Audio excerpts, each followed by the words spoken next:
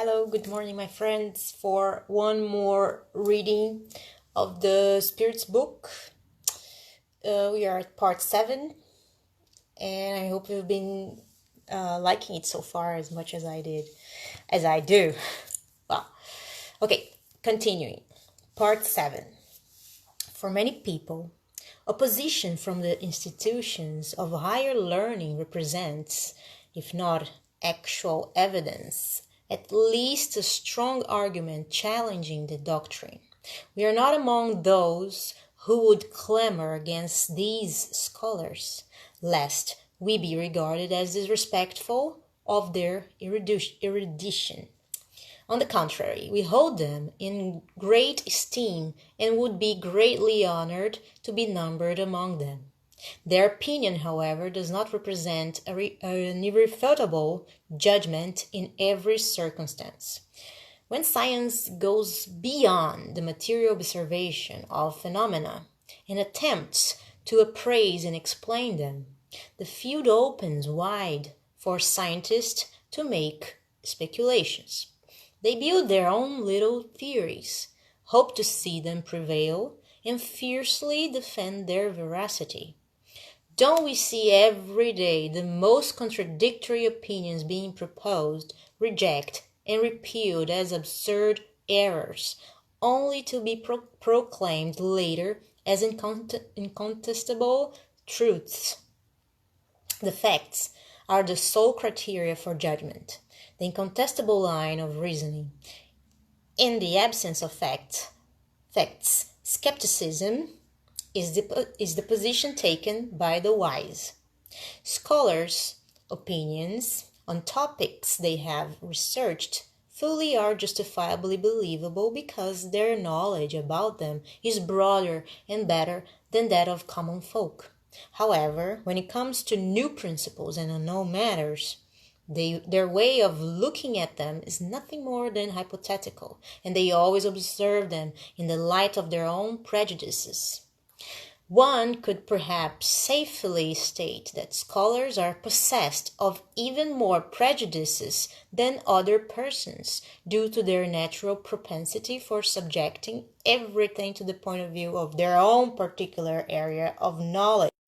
Mathematicians accept no proof beyond algebraic formulas. Chemists relate everything to their interaction of the elements, and so on. Those who dedicate themselves to a particular specialty try to fit all their ideas into it.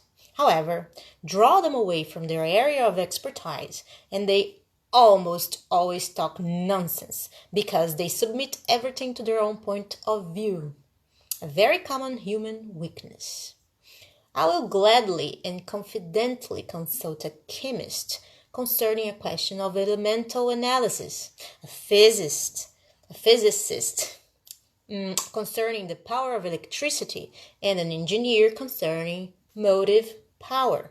However, they must allow me, without affecting the esteem I owe them for their particular expertise, not to take their negative opinion about Spiritism into consideration any more than I would take an architect's judgment on a question about music. The physical sciences are based on the properties of matter, which can be subjected to experimentation and manipulated at will. Spirit phenomena, on the other hand, rest on the action of intelligences who have wills of their own, and who show us at every turn that they are not subject to our whims. Spirit manifestations, consequently, cannot be dealt with in the same way as physical matter. They require special conditions and a different approach, and trying to subject them to ordinary investigative procedures would be trying to establish analogies that do not exist. Science per se is incompetent to make any declaration of its own on the issue of Spiritism. It is not science's place to concern itself with the subject, and its favorable or unfavorable verdict regarding it carries no weight. Spiritism results from a personal conviction that scholars may hold as individuals regardless of their status as scholars. Submitting the issue to science would be like handing the solution of the problem to the existence of the soul to a group of physicists and astronomers. In fact, Spiritism rests entirely on the existence of the soul and its state after death. It would be highly illogical to think that a particular person must be a great psychologist simply because he or she is a great mathematician or anatomist. For example, an anatomist dissects a human body in the search of the soul, but does not find it under his scalpel as he would find a nerve, nor does he see it rise like a mist. Based exclusively on the material examination of the issue, he thus concludes that the soul does not exist. Does it follow then that he is correct, although his view is contrary to universal opinion regarding the immortality of the soul? No, you can therefore see why Spiritism does not fall under the jurisdiction of science. When Spiritist beliefs become known and accepted by the masses, and judging by the speed at which they are spreading, that time is not far off. The same thing will happen regarding Spiritism as has happened regarding all other new ideas that have encountered opposition. Scholars will yield to the evidence.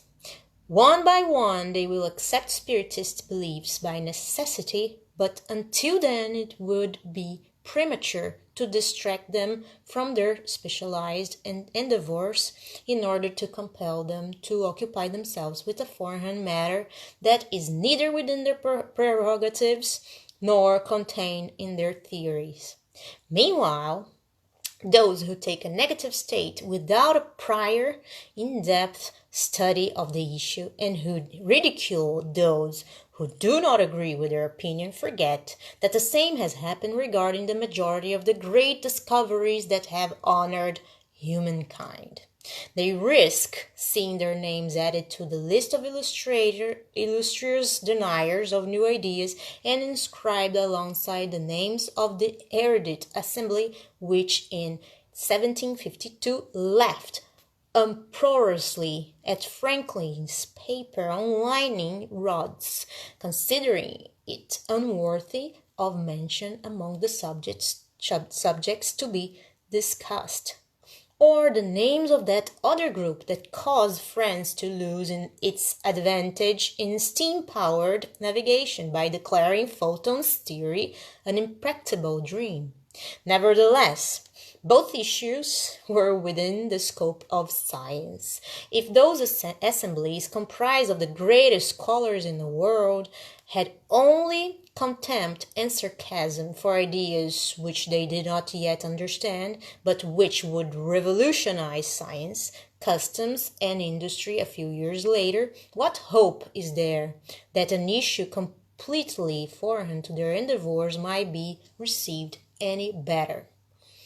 The regrettable errors of a few scholars regarding Spiritism should not lessen our respect for them regarding other subjects, but is an official diploma necessary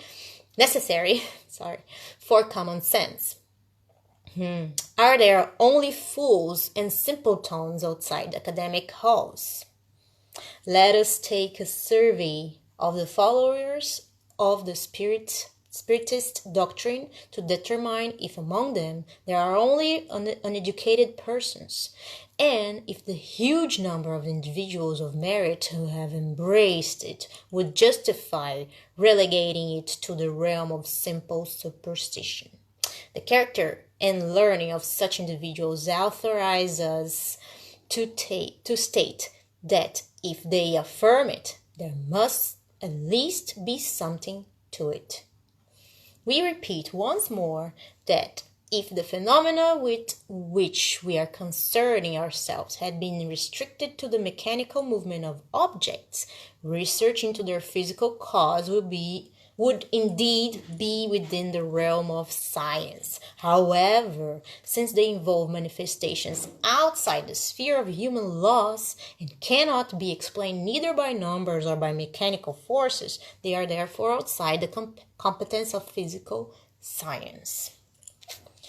When a new phenomenon arises that does not fit within the scope of any known science, then in order to study it, scholars must set their science aside and say to themselves that they are dealing with a new area of study that cannot be delved into according to the preconceived ideas. Those who consider their reason to be infallible are very close to error. Even those whose ideas are highly erroneous are supported by their reasoning. And that is why they reject everything that appears impossible to them.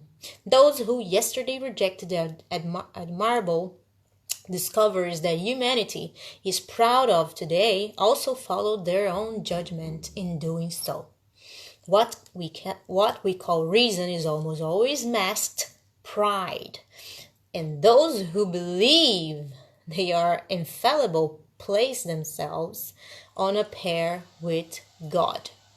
Therefore, we will focus on those who are reasonable enough to suspend judgment regarding matters that they have not witnessed first hand, and judging the future in the light of the past, do not believe that humankind has yet reached its apogee or that nature has revealed the page of her book to them.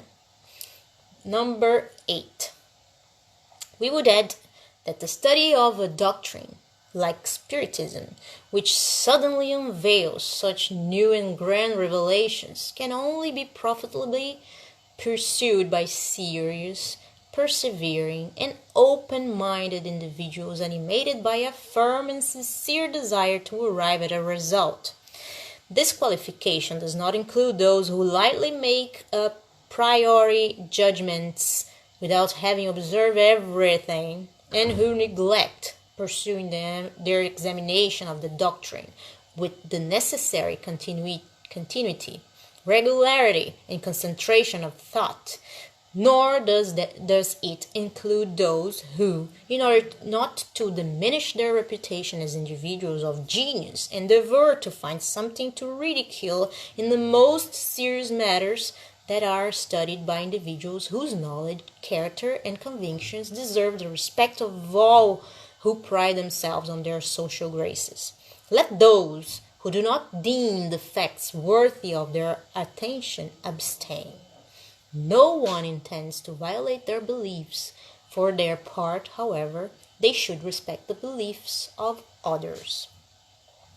Continuity is what characterizes serious study.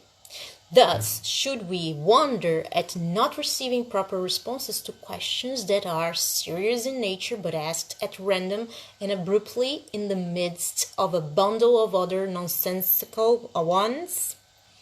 A complex question requires preliminary and supplementary ones in order to be answered clearly. Whoever wishes to acquire knowledge about a particular science must study it methodically, starting at the very beginning and following the chain development of its ideas. Could someone who does not know the basics of a particular science pose questions at random to a scholar and profit from it?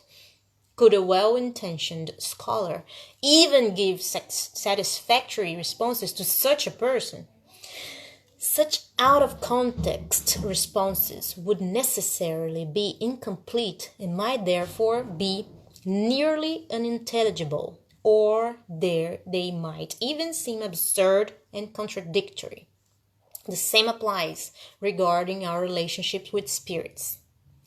If we desire to learn from them, we must take their course of study.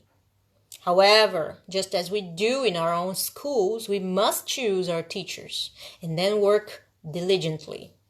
we have stated that high-order spirits only take part in serious meetings, especially those characterized by perfect communion of thought and moral sentiment. Frivolousness and idle curiosity repel them just as they would repel any reasonable individual. These two traits open the field to the mass of deceitful and frivolous spirits, who are always eagerly watching for opportunities to mock us and amuse themselves at our expense. What would happen to any serious question posed in such a meeting? Who is it that is actually providing the response, if one is received at all? It would be like being in the company of boisterous revelers, and throwing out questions such as, what is the soul? What is death? And others just as entertaining. If you want serious answers, you yourself must be serious in every sense of the word and place yourself within all the required conditions. Only then will you obtain worthwhile responses. Be most diligent and persevering in your studies, otherwise the high-order spirits will abandon you as a professor would abandon negligent students. Well, my friends, I hope you have liked this part. And I'll see you next time. Have a great day. God bless you all. Big kiss. Bye-bye.